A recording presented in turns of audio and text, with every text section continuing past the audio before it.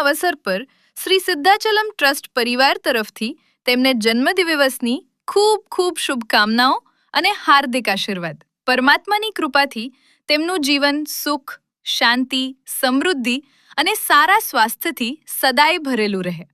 મોહન, તમને જન્મદિવસની ખૂબ ખૂબ શુભકામનાઓ. જો આ વિડીયો તમને પસંદ આવ્યો હોય તો જરૂરથી લાઈક કરો, શેર કરો અને તમારા પરિવારજનો તથા મિત્રો સુધી પહોંચાડો.